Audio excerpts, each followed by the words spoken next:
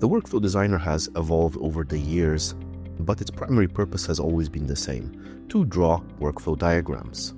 The secondary purpose was to make those diagrams look appealing enough to be included in the documentation and also in the information panel on the user menu. We can do a number of things to make the workflow diagrams more appealing.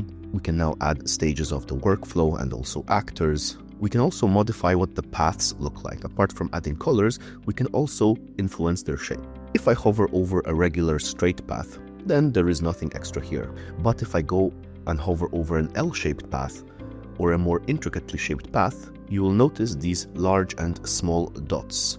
Let's look at this crooked path. The large dots allow me to move this segment of the path along the perpendicular axis. So for example, here I can drag this along the x-axis. And similarly, here I can click and drop to move it up and down the y-axis.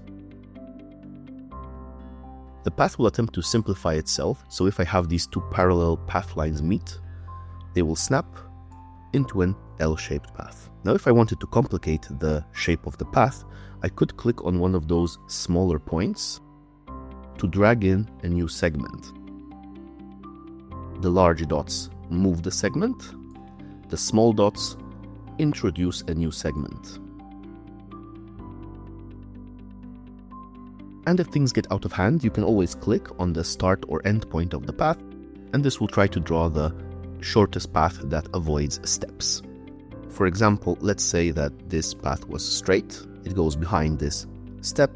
If we want to keep it like that, then no problem, but maybe this manager approval step was not here before, and we moved it in later, and now it covers up the path. But if I click on the start or end point of this path, then it will redraw it to try and avoid this manager approval step. Like so. And of course, I can modify it further. Thanks for watching. Check out the rest of the Quick Tips playlist or sign up for the full course at academy.webcon.com.